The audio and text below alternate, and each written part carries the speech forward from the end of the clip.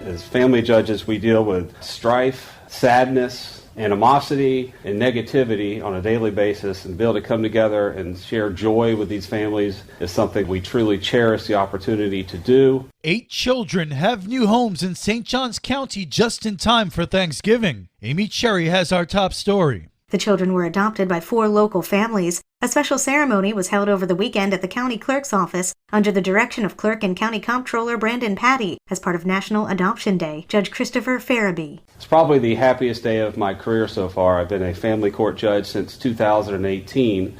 And the one day I look forward to every week is when I get to do adoptions. And to be able to come together for an event like this to celebrate all these families becoming new families all at once is a joy like no other. Judge Howard McGillen echoed Farabee's sentiments. Adoption is the single best proceeding. It's the happiest proceeding because it is a happy day for that family and for that child and for the system. Many of these kids come from situations where they weren't being cared for properly. And it's not somebody's fault necessarily, but it was a bad day for the kid. Well, this turns into a great day for the children, and it's just a wonderful, wonderful way to celebrate it as a community. November is National Adoption Awareness Month. For St. Augustine's Local Morning News, I'm Amy Cherry. This local news is a service of your hometown Toyota dealer, Beaver Toyota US 1 St. Augustine, here to wow you.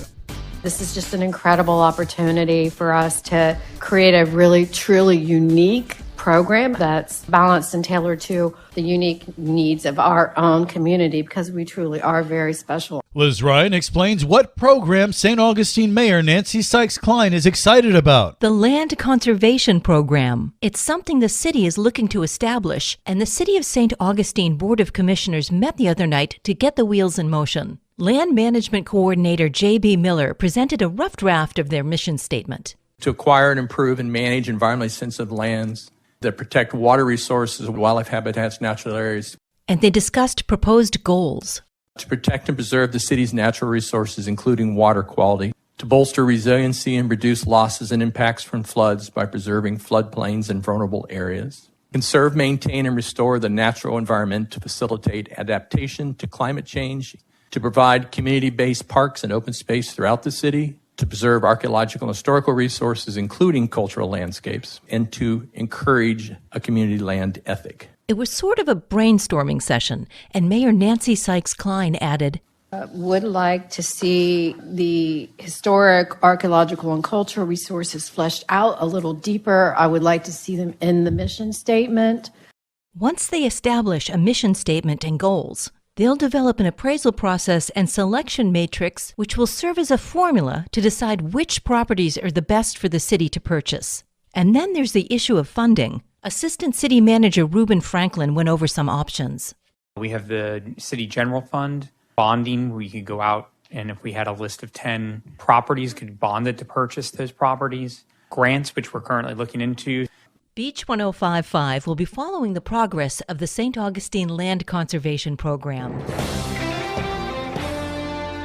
It's one of those nice, feel-good, holiday, community-oriented programs. St. Johns County Libraries Director Deborah Rhodes Gibson shares the good news with Liz Ryan. Got an overdue library book?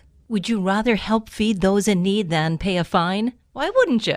Deborah tells us what kind of food you can bring to the library and have your fine forgiven.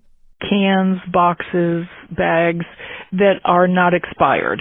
And where does the food go? We use a partnership with the Health and Human Services Food Pantry, and we deliver all of those food items to the pantry a couple times a week just to kind of keep things stocked up. So it's an opportunity for the citizens here to clear out their library fines and fees and then be able to kind of help out a family in need also in your same county. So you're helping a neighbor while you're helping yourself. You can drop your food donation off at any county library or bookmobile through December 22nd. For each item you bring in, they'll deduct $2 from your fine. You can bring in as many food items as you'd like to pay off your fine. But if you don't have an overdue library book, and you just want to engage in a random act of kindness, we also just collect on behalf of the community. So folks are welcome to pick up a few extra things in the grocery store and drop them by. Or we've had people that I don't have any fines, but I'll pay it forward for the next guy in line kind of thing. For St. Augustine's Local Morning News, I'm Liz Ryan. And now you're up to date with St. Augustine's local morning news. I'm Rich Carroll.